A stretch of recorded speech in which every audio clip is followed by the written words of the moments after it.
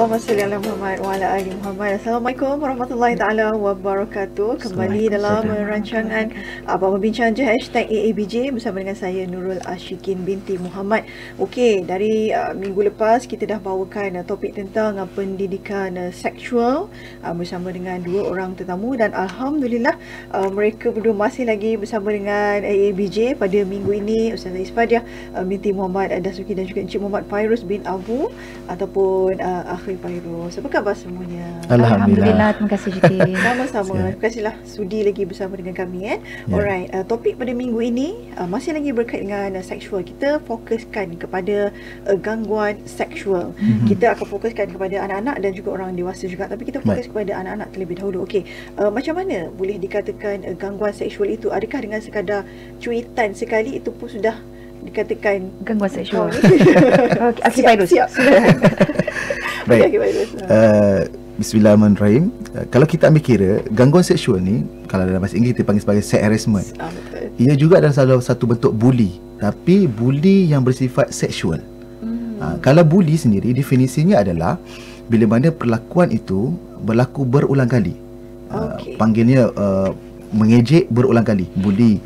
Dan kemudiannya kalau dalam media sosial panggil apa, body shaming berulang kali, bully. Tapi special gangguan seksual ni dia adalah pembulian yang bersifat seksual. Dan dia ada beberapa perkara yang boleh kita kategorikan sebagai gangguan seksual. Yang pertama melalui lisan, kata-kata. Ya, kata-kata mungkin apa namanya, sesama pelajar ataupun di pejabat, ya, yang menyebabkan ketidakselesaan kepada individu berkenaan. Baru-baru ni kan ada isu bila mana ada majikan yang didakwa disebabkan dipanggil sayang. Kalau panggil sekali tu mungkin okey, tapi bila panggil berkali-kali dengan intonasi suara sayang, kan? Contohlah kan, macam itulah kan. Jadi dia menimbulkan ketidakselesaan kepada individu berkenaan, maka ia sudah jadi sebagai sex harassment. Okey, yang kedua, gangguan seksual yang bersifat isyarat. Ya, maksudnya macam bersiul-siul bila nampak perempuan, kan. Berkaitan dengan isyarat-isyarat macam itulah. Contoh ataupun dia memegang sesuatu benda yang panggil contoh yang bentuknya seperti kemaluan lelaki, botol ke apa ke, duduk di hadapan seorang wanita. Gangguan seksual dia menimbulkan ketidakselesaan. Okey. Yang ketiga berkaitan dengan gangguan seksual bersifat sentuhan. Dan sentuhan ini yang kebanyakan berlaku kepada kanak-kanak. Okey, kalau dari segi lisan tu mungkin mereka ni pun faham tak faham je lah, kan. Tapi kalau dari segi sentuhan, kanak-kanak sering berlaku kepada mereka. Dan sentuhan ni lah yang dia ada kaitan dengan sentuhan selamat, sentuhan tak selamat dan juga private part. Itu kita bincangkan kemudian. Dan seterusnya, gangguan seksual bersifat psikologi. Ya, maksudnya mereka ni menggunakan pendekatan psikologi, ya, walaupun orang tu syak ini benda ni tak betul, tapi dia kata okey lah, tak chill lah benda macam ni, kan. Lepas tu yang terakhir bersifat visual. Okay, visual ni lah yang paling kita takutkan, sebab kadang-kadang dia menjadi bahan gurauan di dalam grup WhatsApp. Okay, grup WhatsApp bekerja, grup WhatsApp kawan-kawan sekolah dulu. Kadang-kadang saya rasa terkilan sebab yang buat benda ni adalah mereka yang dah berkahwin, yang dah ada anak. Tambah-tambah ketika malam Jumaat, maaf cakap, malam Jumaat je mereka akan post gambar-gambar yang bersifat seksual. Tidaklah gambar yang tak berpakaian, tapi konotasi ayat yang digunakan seolah-olah melawakkan hubungan seksual. Dalam tu bukan semua lelaki yang mereka kata, oh ini man talk, oh ni orang lelaki cerita macam ni. Sebenarnya bukan semua lelaki seperti itu. Apatah lagi dalam tu ada perempuan yang mereka takkan rasa selesa benda tu. Jadi kita kena ingat, kalau gangguan seksual ni dah sampai tahap membawa kepada ketidakselesaan kepada individu, dia adalah satu jenayah. Dan itu boleh dibuat laporan polis dan sebagainya lah. Itu sekadar pengenalan berkaitan dengan gangguan seksual itu. Ustazah mungkin ada nak... Ya, yang paling khawatir gangguan seksual ini datang daripada ahli keluarga sendiri. Yang itu yang kita rasa macam sangat risau. Saya secara jujur pun, walaupun ialah kita dapat anak lelaki lambat, anak perempuan pertama, kedua, ketiga dan keempat, saya rasa risau dengan ialah keluarga. Kadang-kadang kita dengan suami sendiri pun kita cuak. Dia jadi macam tu tau. Seorang ibu bila terlalu fikir mungkin ada trauma ke apa ke, kita akan fikir macam mana keadaan anak aku, macam mana keadaan dan sebagainya. Jadi perkara yang Akhil Fairuz sebut ini kita perlu ajar pada anak-anak kita dan perlu ajar pada keluarga kita. Jadi supaya bila dia timbul dari sudut lisan ke, isyarat ke, sentuhan ke, kan, kemudian daripada sudut perkataan, psikologi ke ataupun visual ni, jadi dia boleh tahu, oh, ini something wrong.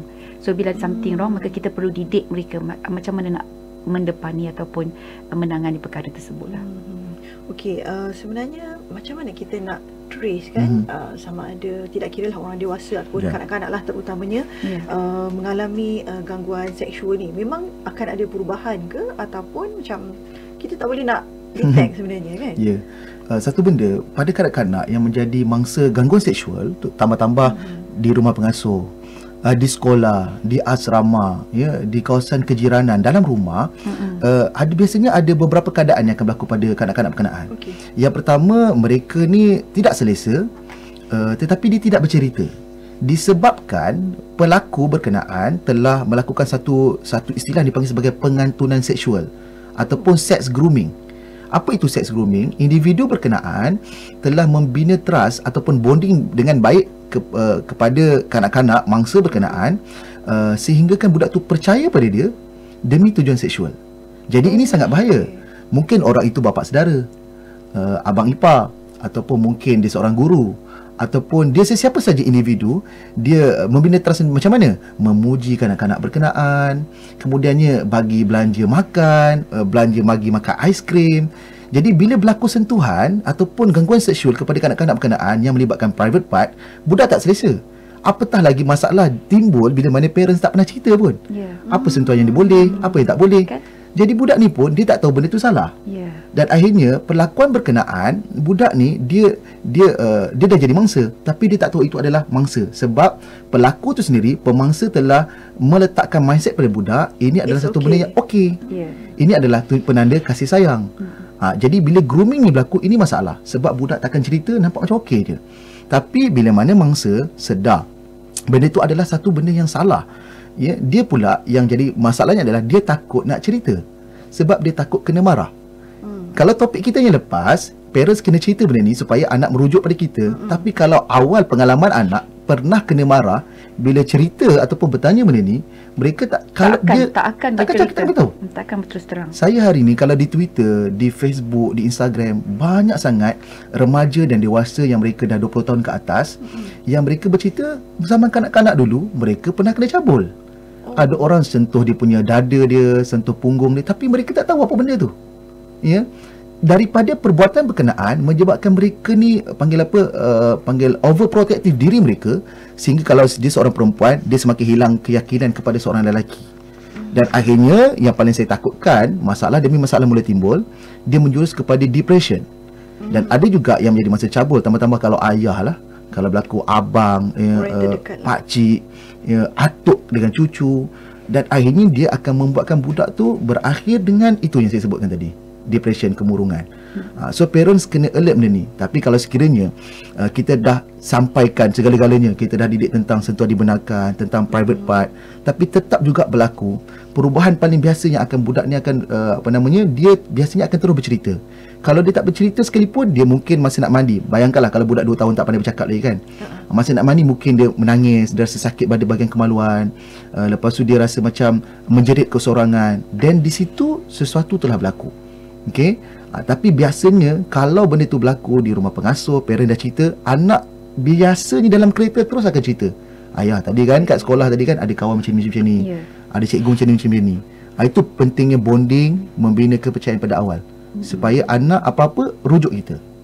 Jangan sampai dah terlewat lah kan. So bila dah berlaku terlewat tu, tu yang kadang-kadang bila kita tengok tanda-tanda anak-anak ni, dia takut nak ke hadapan, dia tidak ada self confident, dia kemudian dia sentiasa macam hendak menyembunyikan diri dia, dan lebih-lebih lagi kalau dia nampak orang yang melakukan tu, ya, dia macam tak biasa, dia nak dia lari ke apa ke. So ibu bapa kena alert lah dengan sign ataupun simptom ni, sebab dia pun tak tahu nak cerita macam mana. Betul. Anak pun tak tahu nak cerita macam mana. Jadi kita sebagai ibu bapa ni juga, bila hantar ke rumah orang ke apa ke, memang kita tahu kita berbekalkan doa, tapi mesti ada satu bekalan lain, iaitu bekalan kita prejudis juga. Kena ada rasa macam bukan insting apa cakap, kita berhati-hatilah, berwaspada. Berwaspada. Prejudis tu macam negatif sangat pula kan. So kita berwaspada. Jadi kadang-kadang mungkin kita boleh datang buat lawatan secara mengejut. Kan jadi kita datang dan kita call ke, kita telefon ke, tengok perubahan anak-anak ini dan sebagainya. Tapi janganlah mudah kita jump into conclusion, oh ini gangguan seksual. So maksudnya kalau lah tadi Syikin tanya, adakah sentuhan cuit macam tu pun boleh gangguan seksual? So biarlah anak kita tu menjerit dan memberitahu daripada dia dah sampai sebagaimana Fairuz cerita tu mengerikan kan. Maksudnya dah berkali-kali dah dibuli secara seksual oleh anak-anak kita ni. Alright, baik, kita nak berehat seketika. InsyaAllah kita kembali lagi selepas ini.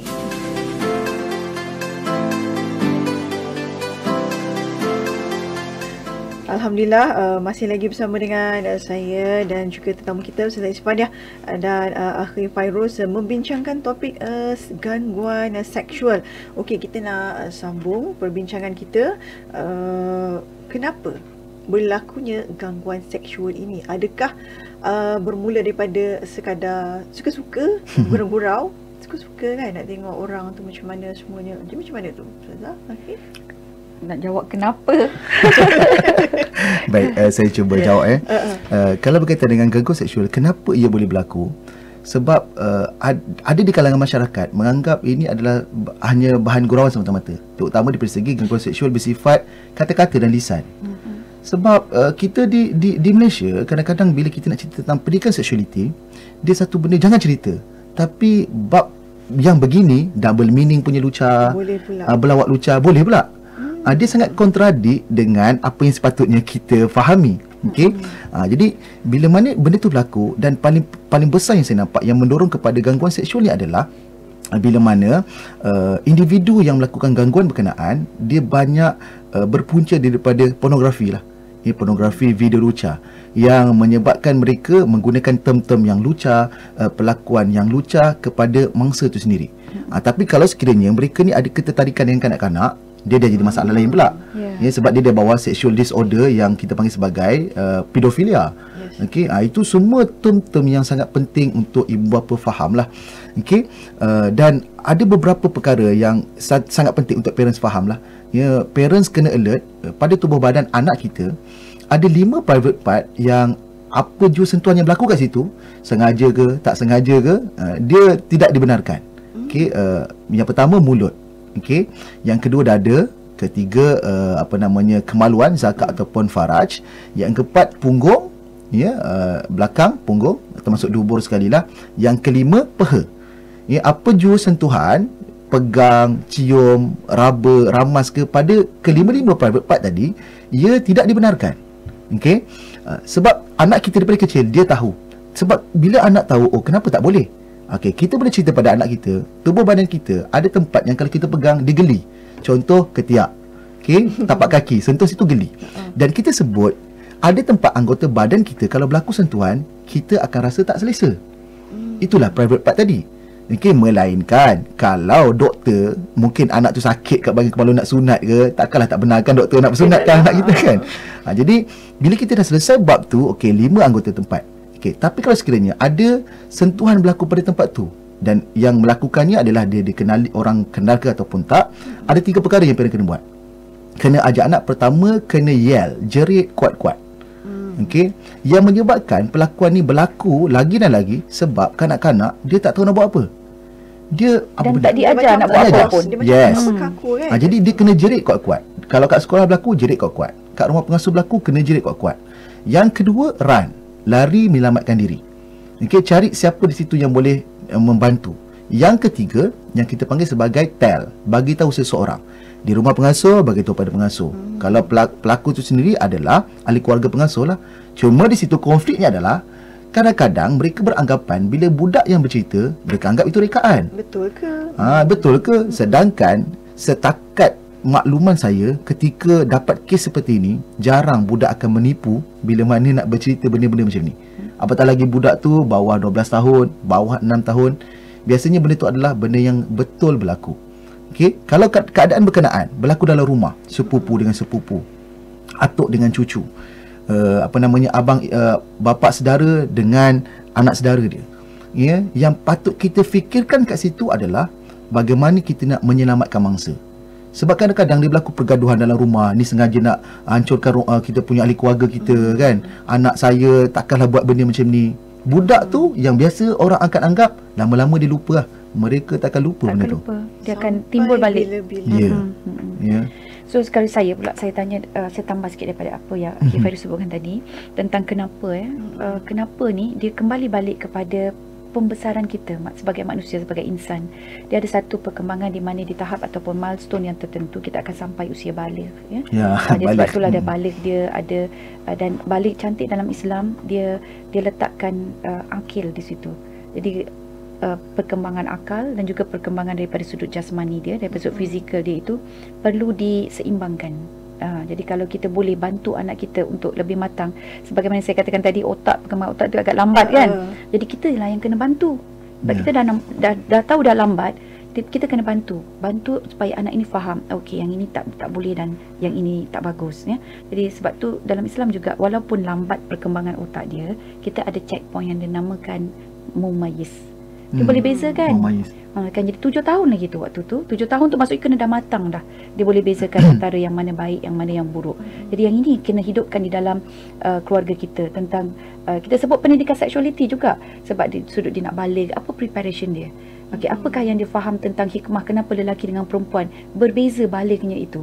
Lelaki dengan mimpi, perempuan pula dengan darah kan. Jadi apakah hikmah dia? Pernah tak kita cerita dengan anak-anak? Tak, sebab kita pun tak tahu.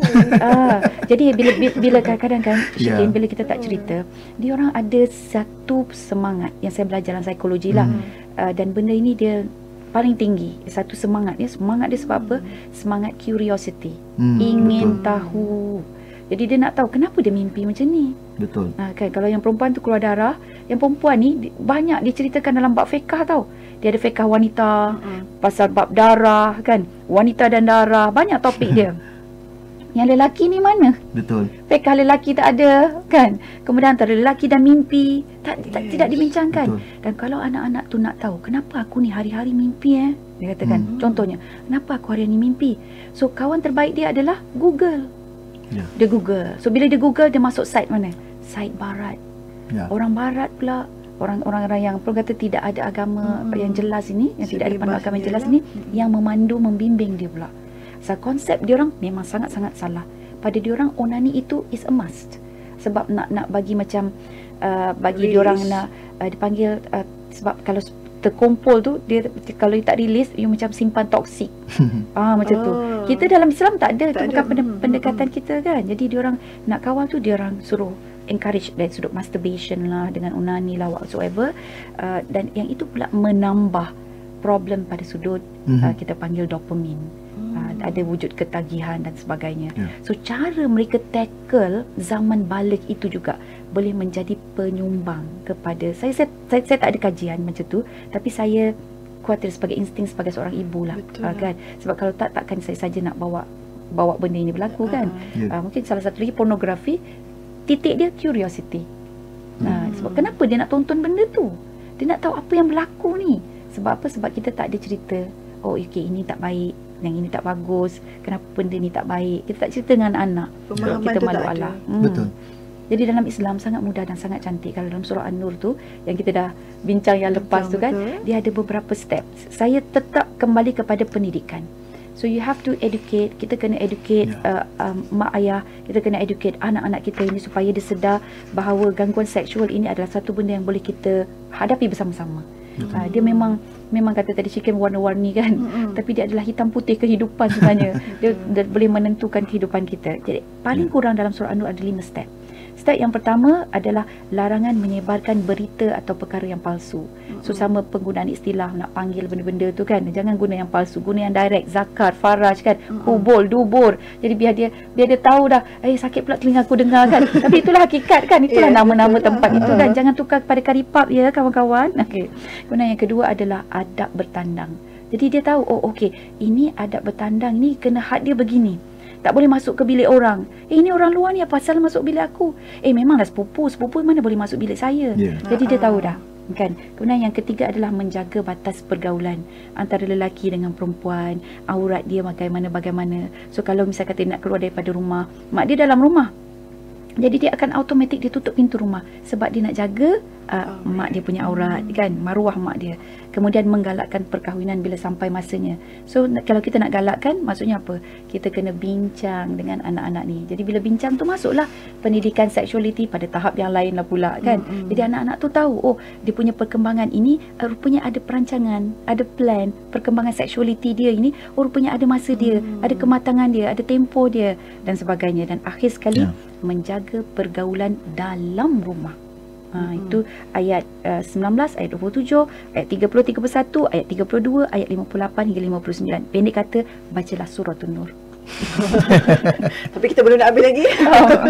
Pendek kata sebab kita ada lagi satu slot selepas ini, tapi kita akan berehat seketika kerana selepas kembalinya dari ini kita akan bincangkan tentang penyelesaian terbaik yang perlu diambil dalam menangani isu gangguan seksual ini. Kembali lagi selepas ini.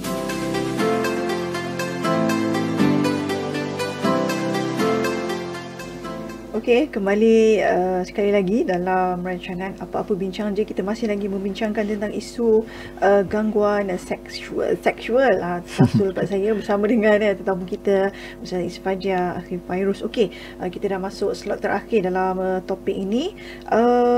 Sedikit tindakan, apakah tindakan yang perlu diambil oleh orang kata immediate person lah kan, contohnya ibu bapa ataupun kawan saudara mara cikgu, andai kata ada pengadu yang mengadu bahawa dia telah diganggu dengan gangguan sedemikianlah. Perkara pertama yang patut individu lakukan, terutama orang dewasa lah, bila mana kanak-kanak bercerita benda ni kepada mereka, perkara pertama adalah kita dengar dan kita percaya dulu. Ya, sebab bila kita percaya dulu, barulah mereka akan explain more. Maksudnya lebih detail lagi dia akan ceritakan benda itu. Sebab kadang-kadang mangsa yang menjadi mangsa cabul atau porogol ni, bila mana pandangan masyarakat memandang orang kena cabul sebab berpakaian seksi, tidak menutup aurat, walaupun saya tidaklah menidakkan perintah itu, tapi daripada konteks yang ini, mereka yang menjadi mangsa beranggapan itu salah dia. Aku kena cabul sebab seksi, aku kena cabul sebab salah aku. Jadi kesian kepada mangsa itu sendiri. Okey. Jadi yang kita boleh lakukan yang pertama adalah kena percaya apa maklumat ini disampaikan. Biasanya hal seperti ini, budak-budak biasanya dia akan lebih selesa untuk bercakap dengan kawan-kawan. Ya, sebab itu tanggungjawab ibu bapa dan juga guru kena membina trust, rapport yang baik dengan kanak-kanak dan remaja ataupun murid supaya apa-apa dia akan rujuk ke kaunseling, guru kelas. Okey. Sebab perkara ini bukan sekadar berlaku antara budak dengan budak, tapi kalau di sekolah antara guru dengan pelajar pun ada juga kes yang berlaku. Jadi setiap sekolah pentadbiran kena take serius benda ni. Kalau hubungan tu antara guru dan juga pelajar, maka kena mengambil tindakan yang tegas, sebab dia akan menimbulkan masalah yang lain lagi. Itu tindakan yang lain tu kena dirujuklah pada KPM kalau benda tu serius kena sampai kepada campur tangan pihak polis, begitu. Kalau sekiranya berlaku di rumah, satu benda yang parents kena sedar adalah apa jua rintangan yang akan berlaku, kesusahan naik turun mahkamah, pergi ke hospital, buat medical check masalah anak tu sendiri, itu semua adalah kesusahan yang akan kita alami bila mana kita nak menyelamatkan anak kita. Yang menyebabkan kadang-kadang kes tak selesai bila mana kita terhenti setengah jalan. Kita tarik balik report, lepas tu disogok mungkin dengan wang ringgit, akhirnya benda tu tak selesai, dia menambah masalah kepada anak tu sendiri. Jadi secara keseluruhan ini adalah tanggungjawab kita bersama. Mak ayah, guru di sekolah, masyarakat ni hari ni kita tahu kan, influencer di Facebook, Insta famous, tweet famous, YouTubers. Yang saya nak pesan adalah jangan normalisasikan kelucahan. Menjual produk jangan melucah.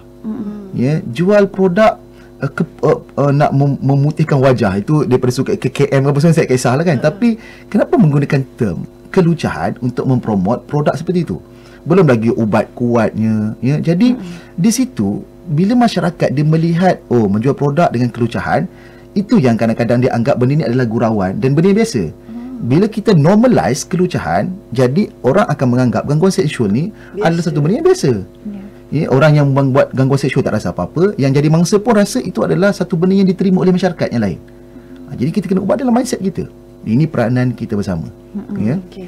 Tapi Ustaz Zain, Ya. penyelesaian terbaik lah untuk isu ini, adakah kaunselingnya dari Islam itu sendiri macam mana kan, dan tindakan undang-undang tu of course lah kan, kalau ada betul-betul terbukti lah Bukti. macam apa ni Akhil Fairuz cakap. Jadi macam mana penyelesaian terbaik? Saya punya keprihatinan adalah pada dua-dua pihak sebenarnya. Pada mangsa itu dan kepada pelaku. Jadi kalau yang pada mangsa tu memang alhamdulillah apa yang Akhil Fairuz sebutkan tu sangat jelas. Cumanya untuk ibu bapa, kita kena spend masa istiqomahkan diri, wajibkan diri setiap hari 15 minit kena duduk dengan anak. Borak-borak. Sebab dia kadang-kadang anak ni tak nak bagi tahu, dia nampak kita sibuk. Betul lah. Jadi bila kita sibuk tu macam tak naklah bagi tahu nanti Dia kena marah. Contoh kena marah. Spesifik kau Ustazah, 15 minit tu bila? 15 minit tu can be anytime. Kalau saya nak sebut 15 minit macam lepas maghrib ke, ada yang kata Ustazah saya isyak baru tak masak lagi. Betul, sampai rumah pun So lambat. 15 minutes can be anytime. Kalau dah terdesak sangat tu, buatlah sebelum subuh. Kalau terdesak sangat dah tak ada masa kan, buatlah sebelum subuh, kejutkan anak-anak tu pagi, lepas tu kita duduk. Jadi bila mungkin mula-mula tu dia tak ada tapi kalau dia dah biasa, dia akan tahu saya akan ada masa dengan mak saya sebelum subuh nanti. Okay, jadi masa tersebut dia akan automatik, dia akan express, dia akan bagi tahulah. Jadi kat situ yang kita boleh membongkar apa yang berlaku pada anak-anak kita. Okay, kemudian yang kedua adalah concern saya ataupun kepedulian saya adalah pada anak yang membuat onar tersebut. Jadi bila anak-anak yang buat onar, kadang-kadang dia bukan orang besar, budak kecil je kan. Kadang berapa sekolah rendah lagi. Dan kadang-kadang yang melakukan tu dulu pun dia pernah menjadi mangsa. Ya. Jadi itulah rantaian yang dia macam tidak berkesudahan. Mewarisi pula macam tu. Ya. Terkadang sebegitu. Kalau saya kita terpaksa mengakui lah sebenarnya kan. Macam tu lebih kurang lah kan. Okey. Jadi pertama bila kita dapati anak kita yang membuat onar, yang melakukan perkara tersebut, kita jangan lupa minta maaf dulu dan bersedia untuk menerima apa yang datang daripada keluarga mangsa, pihak mangsa tu. Jadi kita nampak tu, kita terus cepat-cepat walaupun mungkin keluarga mangsa tak tahu apa-apa lagi. So kita kena bertanggungjawab. Berani ke tak berani? Kita minta maaf dengan anak kita. Kita minta maaf dengan keluarga. Dengan keluarga mangsa. Keluarga mangsa dan mangsa. Bawa anak kita tu dan dengan kata lain biar kita yang lebih ke depan dan minta maaf lah sebab mungkin perhubungan anak ni dengan tu dia macam tak tahu ke apa ke kan. Jadi jangan kita terus lari kan, tinggal malu ke apa ke kan, sebab kita kena bertanggungjawab. Kita jadi masyarakat yang bertanggungjawab. Yang kedua, sebab ini anak kita akan nampak. Anak kita akan nampak that moment bila kita minta maaf dengan keluarga tersebut, anak kita tercalar tau. Jadi anak kita akan kata, ya Allah, mak aku sanggup, ayah aku sanggup kan. Jadi dia aku yang silap ni, tapi mak ayah aku boleh buat macam ni. Jadi dia akan jaga maruah mak dengan ayah dia. Itu yang pertama. Kemudian yang kedua, kita didik anak kita. Sebab sentiasa ada peluang yang baik untuk anak kita ni kan. Jadi didik dia tentang pendidikan seks yang kita rasa macam dah berapa kali kedua kita sebut ni kan. Banyak benda yang kita tertinggal, yang kita tak didik anak kita, kita didik balik. Kita bagi tahu dia yang 3 konsep itu. Dia perlu mensyukuri apa yang Allah bagi. Dia perlu menghormati diri dia dan juga orang lain. Dan kalau dia mengenali diri dia, dia akan mengenali Allah. Jadi kita kembalikan, orang kata taubat lah tu kan. Taubat bukan istighfar je, tapi taubat sebenar-benar dia memang menyedari yang tu dia salah. Kemudian difahamkan tentang erti kehidupan dia, tentang hubungan antara lelaki dengan perempuan, fahamkan dia kan. Kemudian cause and effect, apa implikasi yang berlaku. Dan akhir sekali kalau tak ada pilihan, saya rasa saya petik apa yang Akhil Fairuz sebut, kena perlu buat rawatan klinikal. So kalau dah banyak sangat dopamin dalam diri kan, dan mungkin kita sebagai ibu bapa pun kena banyak istighfar. Kita kena minta maaf pada Allah sebab kita tak tahu ruang yang mana yang kita dah mungkin kita pernah mengambil hak orang. Kita bukan nak salahkan mak bapak, tapi kita muhasabah lah kan, sebab kita berada di tempat tersebut. Jadi kita muhasabah balik. Kita kena jelas bahawa whatever come from Allah is beautiful. Apa yang Allah dah tentukan dalam kehidupan kita ini semua adalah benda yang baik. Allah nak selamatkan kita, Allah nak lindungi kita, Allah nak sedarkan kita. So kita jangan blame kata orang lain. So we start dengan action dan tindakan kita sendirilah. Baik, terima kasih banyak Ustazah. Closing yang mendatangkan sebab lah pula rasanya kan. Sebab kita pun sebagai parents kan, kita takut juga sebenarnya dengan situasi yang agak genting lah sekarang ni. Baik Ustazah Khairul, insyaAllah kita akan sambung lagi perbincangan kita pada minggu hadapan. Kita dah collect soalan-soalan daripada pendengar-pendengar dan juga penonton Salam FM ini, dan insyaAllah kita akan kupas pada minggu hadapan. Jadi pastikan anda terus kekal bersama kami di Salam FM. Assalamualaikum warahmatullahi taala wabarakatuh.